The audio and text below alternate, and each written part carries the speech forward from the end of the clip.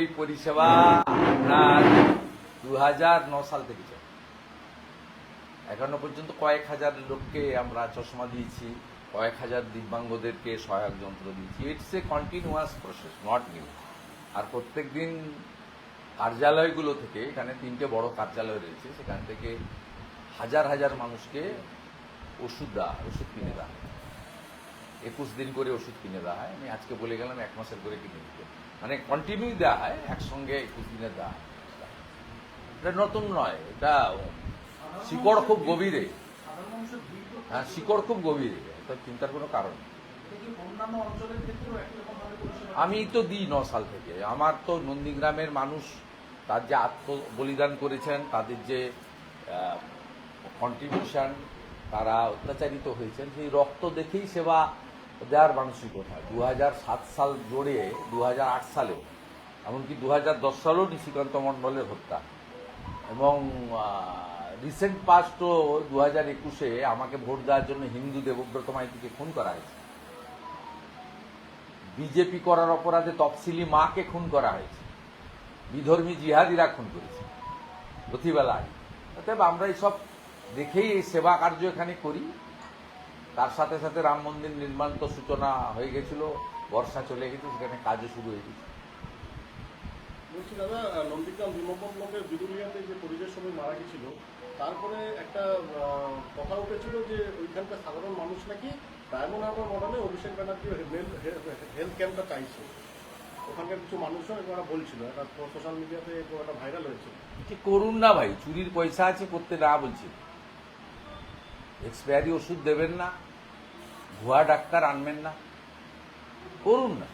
সরকার তো primary health সেন্টারগুলোতে ওষুধ পায় না কেন এলো? আর কেউ চায়নি, ওসব সাজানো। কালকে তো ওই পরিবারে আমি গেছিলাম, তো আমাদের পরিবার।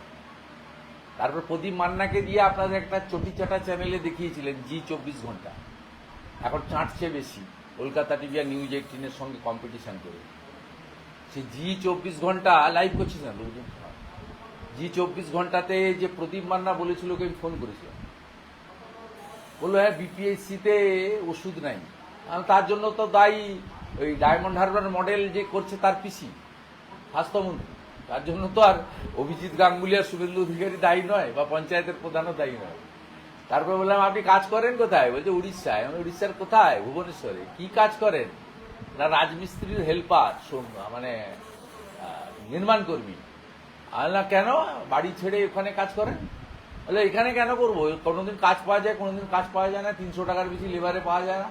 উড়িষ্যাতে 700 টাকা পায় লেবার, 1000 টাকা পায় মিস্ত্রি।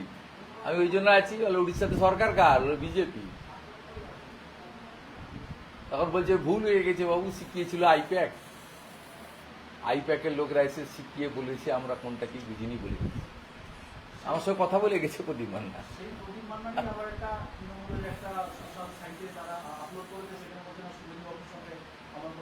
হ্যাঁ, শুভঙ্করের ফোন থেকে কথা হয়েছে, হলদিয়া হাইকোর্টে ল ক্লার্ক শুভঙ্করকে জিজ্ঞেস করুন।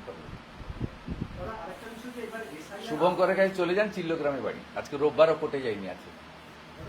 হিন্দু অধিকারীকে মিথ্যা কথা বলার দরকার। কোন হিন্দু ভোট দেবে না তৃণমূলকে। 8200 লিড ছিল। এসআইআর কমপ্লিট হওয়ার পরে এই সিটে বিজেপি যাকে দাঁড় করাবে, যে কোনো হিন্দু লোককে দাঁড় করাবে বিজেপি, 20,000 ভোটে। ঘৃণা করে লোক এখানে। দেবব্রত মাইতি, রথিবেলা আড়ি, তার মৃত্যু লোক ভুলে যায়নি। রিসেন্ট বলছে, আগের কথা ছেড়ে দেন। তো হিন্দু বলে মেরেছে ওরা, কেউ বিজেপির কোনো কর্মকর্তা ছিল না, সাধারণ লোক ছিল। শুধু হিন্দু বলে খুন করে দিয়ে গেছে, মোটরসাইকেল করে এসে। লোক জানে না 30টা সমবায়ের ভোট হয়েছে, 26টা বিজেপি জিতেছে, মুসলিম এলাকা ছাড়া। একটা মুসলিম এলাকা গড়চক্রবেড়িয়াতে ওরা জিতে গেছিল বলে এক্স আর্মি তপন মহাপাত্রর বাড়িতে গিয়ে বোম ফাটিয়ে দিয়ে এসছে 2 মাস আগে। হিন্দুরা এখানে আতঙ্ক থাকে তৃণমূল নামক বস্তুটার কাছ থেকে। তৃণমূল এখানে আসা মানে সুফিয়ান, তাহের, আলরাজি, শামসুল, এই লোকেদের হাতে চলে যাবে। জানে না এখানকার লোকেরা, সব ঐক্যবদ্ধ হয়ে আছে।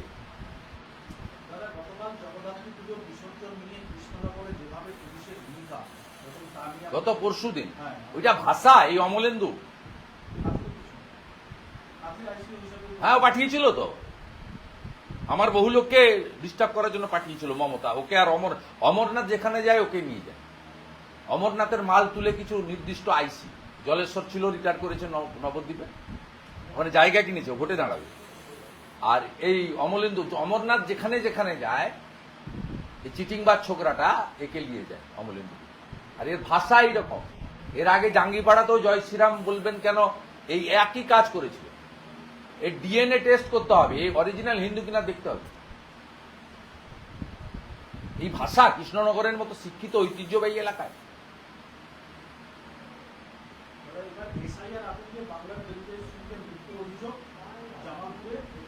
ও মিথ্যে কথা, ঢপবাজি, সব মিথ্যে কথা, সব কথা লোক জানা আছে।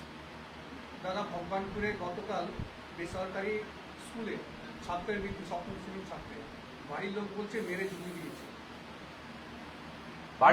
বাড়ির লোকের অভিযোগে নিরপেক্ষ তদন্ত হওয়া উচিত, আমি দাবি করবো, আশাও করবো, আর আমি খোঁজ নেব। ভগবানপুরের কোথায়, 1 নম্বর ব্লক? ভীমেশ্বরী 1 নম্বর ব্লকে। আমি খোঁজ নেব, আমাদের ওখানে লোকাল লোকজন আছে, আমি পাঠাচ্ছি। দাদা, এশিয়ার যেই দিন শুরু হচ্ছে সেই দিনই পথে নামছে মমতা এবং তাতে কি হয়েছে? 100 দিনের কাজের লোকরা থাকবে, ওনার বিশেষ কমিউনিটির যে শান্তির ভোটার ছেলেরা আছে তারা থাকবে। কার কি হয়েছে? চোর চিটিংবাজ যারা হাঁটবে, কি হয়েছে? পুলিশ দড়ি করে বেড়া দেবে। এই যে ছটে সেদিন গেছিল, কোনো লোক ছিল না, 2000 পুলিশকে আনা হয়েছিল ইউনিফর্মে, সিভিল মানে ড্রেসে, টি শার্ট পরে, জিন্স পরে, হাফ শার্ট পরে, ফুল শার্ট পরে। লোক অভাব পড়লে মনোজ বার্মা, শান্তনু সিনহা বিশ্বাস সাপ্লাই দিয়ে দিবে, পুলিশ থেকে দিয়ে দিবে 3-4 হাজার লোক, হেঁটে দিবেন আর আপনারা লাইক করবেন। দাদা, বারুইপুর পশ্চিম বিধানসভার উত্তর গৌরামপুর গ্রাম পঞ্চায়েতের তৃণমূলের পঞ্চায়েত সদস্য শ্রাবণ মণ্ডল, যিনি ভোটার আছে আইসিডিএস এর সেন্টার সিপিটা, তাকেও বিএলআর করা হয়েছে। আরেকজন পঞ্চায়েত সমিতির যিনি সদস্য রয়েছেন ভারতী মাইতি, বারুইপুর পঞ্চায়েত সমিতির সদস্য, তাকেও বিএলআর করা হয়েছে। বিএলও তো করেছে, ইলেকশন কমিশন রিপোর্টও চাইছে, রিপোর্টে বলে দিচ্ছে আমরা তৃণমূল করি না। এখানে লোকালি বিজেপি কমপ্লেন করেছিল নন্দীগ্রামে, খোকন সিট, এ পরিচিত তৃণমূলের এখানে একজন কর্মী বা স্থানীয় স্তরের নেতৃত্ব। কিছুদিন আগে সোনাচূড়া সমবায়ের ভোটে প্রার্থী ছিল, হেরেছে। এখানকার বিডিওকে দিয়ে রিপোর্ট দিয়েছে ইলেকশন কমিশনে, আমার কাছে রিপোর্টের কপি আছে, বলেছে এ তৃণমূল করে। এখন বিএলও হতে গিয়ে ঘোষণা করছে আমরা তৃণমূল করি না। নজর আমাদের থাকবে, ব্যবস্থা আমরা নেব, এবং সব হিন্দু বুথে বিএলএ 2 থাকছে, এবং আমি বলেছি সব রাজনৈতিক দলের বিএলএ 2দের সমন্বয় করে করব, এবং বিএলওদের স্পেসও খুব কম। যা ইলেকশন কমিশন করেছে তাতে ফাঁক কেটে পালানোর রাস্তা নেই। 50% এসআইআর সাকসেস হলেই তৃণমূল হেরে যাবে, 100% তো এখানে সাকসেস হবে না, সবাই জানে। বিহারে হয়েছিল, তার কারণ রাজ্য সরকার সাহায্য করেছিল। এখানে রাজ্য সরকার বিরোধ করছে, এনআরসি বলছে। রাজ্য সরকার জানে বাংলাদেশি মুসলিমদের নাম বাদ চলে গেলে, মৃত ভোট চলে গেলে ছাপ্পা মারবে। ভূতামোড়ে, গড় চক্রবেড়িয়াতে, রাজারামচকে, কেন্দামারিতে, নীলপুরে ছাপ্পাটা মারবে কে যদি মৃত ভোট বাদ চলে যায়? একটা বুথে 800 ভোটারের মধ্যে যদি 75টা মৃত থাকে, আর যদি 75টা বাইরে গিয়ে চলে থাকে, 650 ভোটার আসবে। 650 ভোটার তো ভোট দিয়ে দিবে। তাহলে অ্যাবসেন্ট যদি না থাকে মুসলমান বুথে, এখানে 63টা মুসলমান বুথ আছে 288টার মধ্যে, এই 63টা মুসলমান বুথে, যেখানে বিজেপি স্থানীয় স্তরে কর্মী খুব কম, আমাদের যদিও এখানে কিছু মুসলিম কর্মী আছে, আমরা কিছু ভোট 1700 ভোট লোকসভায় পেয়েছি, কিন্তু অন্যান্য জায়গায় তো মুসলিম বুথে বিজেপির কর্মী টর্মী খুব একটা নেই। এখানেও আমরা সব বুথে যে পাই তা নয়। এবারে সেখানে যে ফাঁকা মাঠ থাকে, সিপিএম, আইএসএফ, কংগ্রেস এরা লড়তে পারে না, এরা প্রচারে থাকে, ভাষণ টাষণ দেয়, কিন্তু ভোটের আগের দিন এবং ভোটের দিন এরা মাঠে থাকে না, নয় পুলিশ তাড়া করে বের করে দেয়, আর যদি সকালে ঢোকে এরা মেরে তাড়িয়ে দেয়, বেরিয়ে চলে যায়। জানলা টানলা সব খোলা থাকে। তা সকাল সকাল একবারে দাঁত মাজতে মাজতে গামছা পরে একটা ভোট দিয়ে দেয়, তারপর 11টার পরে একটু প্যান্ট শার্ট পরে একটু সেজে গুছিয়ে এসে ভোট দেয়। বিকালবেলা যেই সূর্যটা ডুবছে তখন লুঙ্গি পরে এসে আরেকটা ভোট দিয়ে দিচ্ছে। মেয়েদের ক্ষেত্রেও তাই হচ্ছে, একবার সালোয়ার কামিজ পরে মেরে দিচ্ছে, একবার শাড়ি পরে মেরে দিচ্ছে, একবার বোরখা পরে মেরেছে। রাজ্যের শাসক দল কি এসআইআর নিয়ে আতঙ্কিত?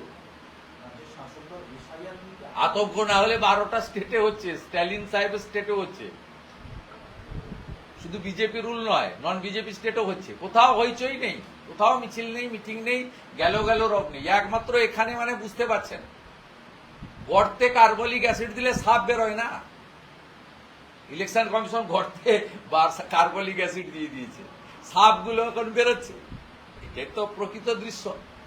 আমি এর আগে চিন্ময় প্রভুকে অ্যারেস্ট করার সময় হুঁশিয়ারি দিয়েছিলাম 3 দিন হাতে রেখে যে সোমবার থেকে পেট্রোপল বন্ধ করব। নিউ মার্কেট ফাঁকা হয়ে গেছিল। এখনো আপনাকে বলছি প্রায় 20-25% মুসলিম বাংলাদেশি পালিয়েছে। বর্ডার এলাকার গ্রাম ফাঁকা হয়ে গেছে, নিউ টাউনে কাজের লোকরা নাই, হাওয়া হয়ে গেছে। খোঁজ নেন, বুম ক্যামেরা পাঠান। আজকেও বলছি পালাও, এখনো হাতে 24 ঘন্টা আছে। 4 তারিখের আগে পালাও। 4 তারিখে ফর্ম ডিস্ট্রিবিউশন হওয়ার পরে ফর্ম যখন রিটার্ন আসবে, যে ফর্মগুলো রিটার্ন আসবে না বাংলাদেশি মুসলিম, তাদেরকে তো বিএসএফ রিপোর্ট করবে, তারা তো অনুপ্রবেশকারী। অতএব পালিয়ে যান, আর হিন্দুদের কিচ্ছু চিন্তা করতে হবে না। সিএতে অ্যাপ্লাই করুন, বাকিটা আমরা বুঝে নেব।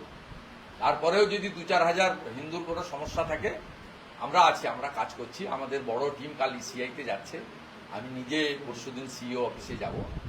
আমরা সব নজর রেখেছি, আপনাদের সমস্ত হিন্দু শরণার্থীদের প্রোটেকশন দেব, আমরা একদম গুনে গুনে দেব। তারপরেও যদি 5 জনও বাকি থাকে, আপনারা আপিলে যাবেন সিইও অফিসে, ইলেকশন কমিশনে, যা করার আমরা করব। আমরা একদম আগামী 1 মাস আমাদের নর্মাল পলিটিক্যাল ডিউটি, আমাদের জনপ্রতিনিধির কাজের সাথে আমরা এটাকে নিয়ে সুন্দরভাবে মনিটরিং করব এবং প্রত্যেকটা জেনুইন ভোটারকে প্রোটেকশন দেব। সে ভারতীয়, যারা হিন্দু হতে পারে, মুসলিম হতে পারে, আর বাংলাদেশ থেকে আসা হিন্দু শরণার্থীদের ফুল প্রোটেকশন দেব। কাটোয়ার 258 নম্বর বুথের যিনি বিএলও ছিলেন পুরাণচন্দ্র ঘোষ, তিনি তৃণমূলের বুথ সভাপতি ছিলেন। বিজেপি তরফ থেকে অভিযোগ করা হয়েছিল, অবশেষে তাকে সরিয়ে দেওয়া হয়, তার থেকে নতুন বিএলও নিয়োগ করা হয়। আবার একটা ভালো নিয়ম মেনে চলা হয়, শুধু তৃণমূলের নয়, যদি অন্য দলেরও কোনো কার্যকর্তা, পঞ্চায়েত মেম্বার থাকে, তারও নিজে থেকে ছেড়ে দেওয়া উচিত। সেটা যদি বিজেপিরও 2-5 জন থেকে থাকে, এত নাম তো 80,500 প্রত্যেকের মুখস্থ নেই। আমি অনুরোধ করব ছেড়ে দেওয়া উচিত। ইলেকশন কমিশনের গাইডলাইন স্বচ্ছতা প্রত্যেকের মেনে চলা উচিত এবং বিএলওদেরও কোনো পলিটিক্যাল পার্টির কথা না শুনে ইলেকশন কমিশনের গাইডলাইন টোটো ফলো করা উচিত। গাইডলাইনের বাইরে কোনো ভিডিও এটা ওটা বলছে খুশি করার জন্য আইপ্যাককে, অন্তত ওদের কথা শুনবেন না। একদম ইলেকশন কমিশনের লিখিত গাইডলাইন, তার বাইরে বিএলওরা দয়া করে যাবেন না। বিহারে বহু বিএলও বিপদে পড়েছে, এফআইআর হয়েছে, অ্যারেস্ট হয়েছে। আপনাদেরকে বলছি, আর আপনাদের সুরক্ষা দেওয়ার দায়িত্ব ইলেকশন কমিশনের। রাজ্য সরকার কথা দিয়েছে, রাজ্য পুলিশ যদি সুরক্ষা না পান, আক্রান্ত হন, তাহলে নিশ্চিতভাবে ইলেকশন কমিশনেরও দ্বারস্থ হন এবং বিরোধী দলনেতা আমারও দ্বারস্থ হতে পারেন, বা আমার দ্বারস্থ হওয়ার দরকার নেই। আমি ওই টার্মে বলি না, আমি সেবক। আপনারা আমাকে জানাতে পারেন, আমি দলমত, বর্ণ, ধর্ম নির্বিশেষে সব বিএলও-বিএলএ-2দের পাশে লাগাবো। 4 তারিখে পানিহাটিতে আপনার কর্মসূচিটা তারা শুরু করবে। 4 তারিখে কর্মসূচি স্বাভাবিকভাবে বাতিল করেছে ভাইপোর নির্দেশে।